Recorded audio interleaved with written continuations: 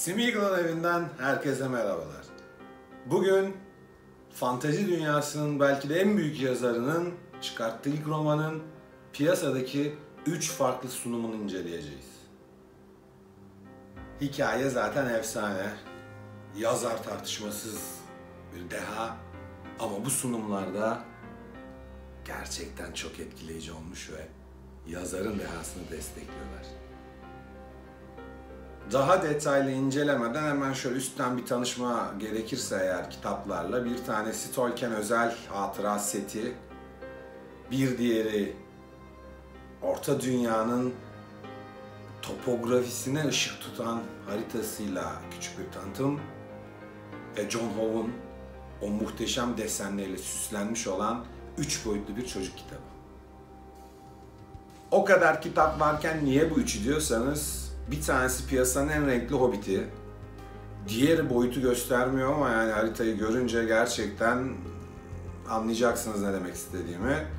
Üçüncüsü ise o Tolkien'in özel anma seti, kendi sesiyle CD kayıtları, eliyle çizdiği haritalar ve Hobbit'in o ilk revize edilmemiş halini içerdiği için bu üçü bence şu an tanıtılmayı hak eden bir üçü. Tam şu an kitaplarımıza yaklaşıyoruz ve kapaklarını açıyoruz. Bakalım içlerinde neler bizleri bekliyor.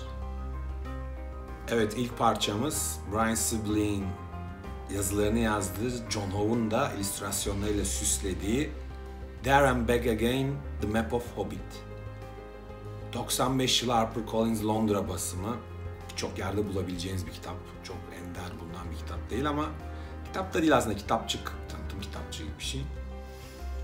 Ama genelde görüntüsüne bakıp hani işte deyip geçebilme şansınız var ama içinde inanılmaz derecede etkileyici çizimler, rün tercümeleri olan Hobbit'le ilgili bilgi veren bir kitapçık. Bence güzel.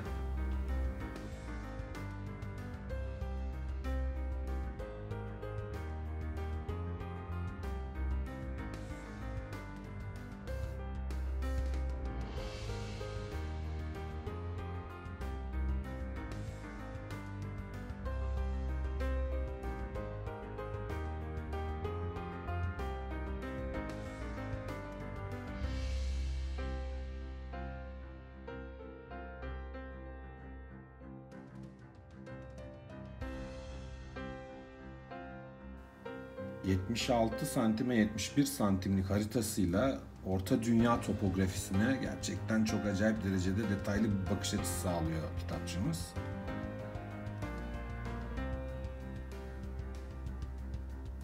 John Howe'un o güzel illüstrasyonlarıyla süslenmiş olması da bir artısı. Bilbo'nun yolculuğu sırasında nerede durduğu, nerede zaman geçirdi, nereleri gezdi veya gittiği rota neydi, buradan gayet rahat bir şekilde bakıp aynı zamanda görsellerle desteklenmiş şekilde inceleyebiliyoruz ki bence son derece keyifli bir detay.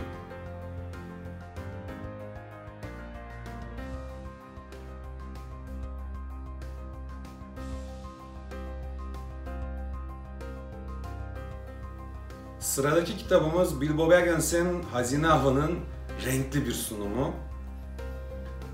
1990 yılında HarperCollins'in bir alt birimi olan Harper Festival tarafından piyasaya sürülüyor.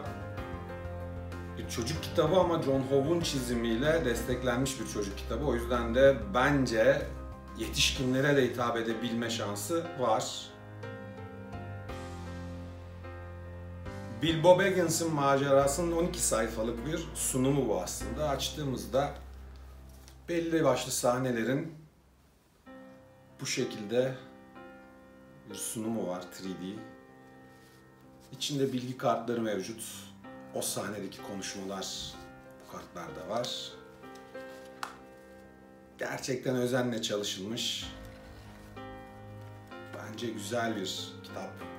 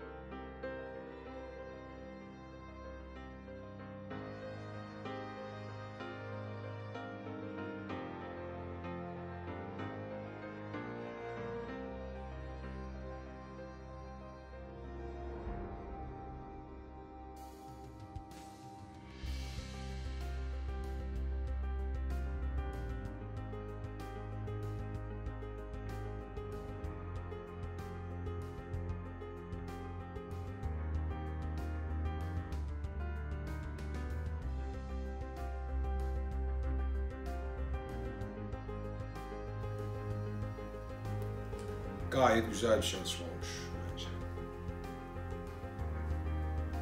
Videomuzun son konu Hobbit üzerine kurulmuş bir hatıra seti.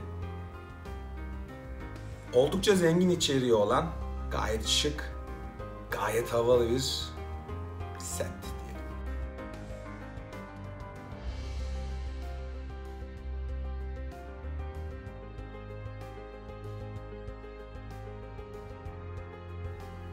Hatıra setimizin içeriğinde Hobbit'in 21 Eylül 1937'de o çıkan 1500 kopya çıkan revize edilmemiş hali var. Biliyorsunuz ilk çıktığında piyasaya Hobbit oldukça popüler hale geliyor. İnanılmaz derecede fiyatları yükseliyor o dönem çıkan kitapların ve çok fazla yayılamıyor. Tolkien okurlarına ulaşamadığını düşündüğü için 1947 yılında ufak bir revizasyon yapıyor üzerinde ve ondan sonra tekrar piyasaya sürüyor Hobbit'i.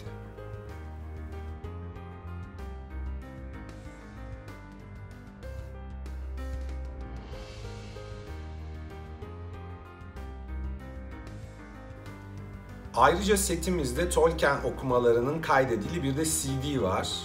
İşte Tolkien'in Hobbit'ten okuduğu bazı bölümler bu CD'ye konmuş. Ayrıca ejderhalarla ilgili çocuklara vereceği bir konferans veya bir konuşma metnini okurken alınmış kayıtlar da yine CD'nin içinde mevcut. Ayrıca The Hoard isimli şiirinin kendi ağzından okunmuş hali de bu CD'yi alırsanız dinleyebileceklerinizin arasında.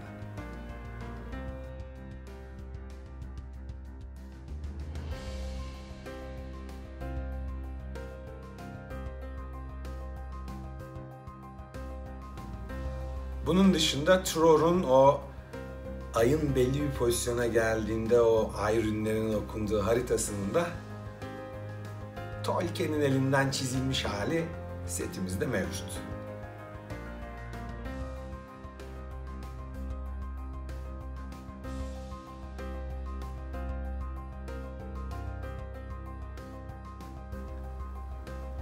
Ayrıca Christina Scal ve Way Hammond tarafından 80. yılını, Hobbit'in piyasaya sürüşünün 80. yılını kutlamak veya bir nevi anlamlandırmak için hazırlanmış bir de kitapçık mevcut setin içinde.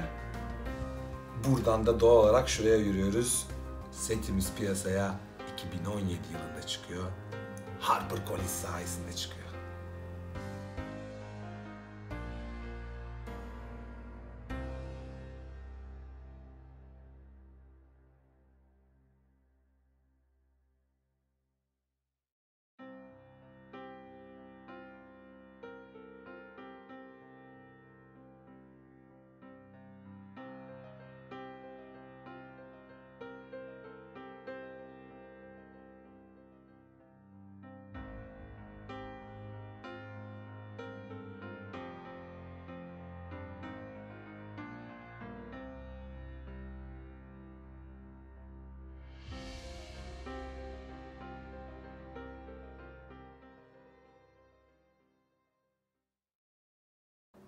Bir videomuzun daha sonuna geldik.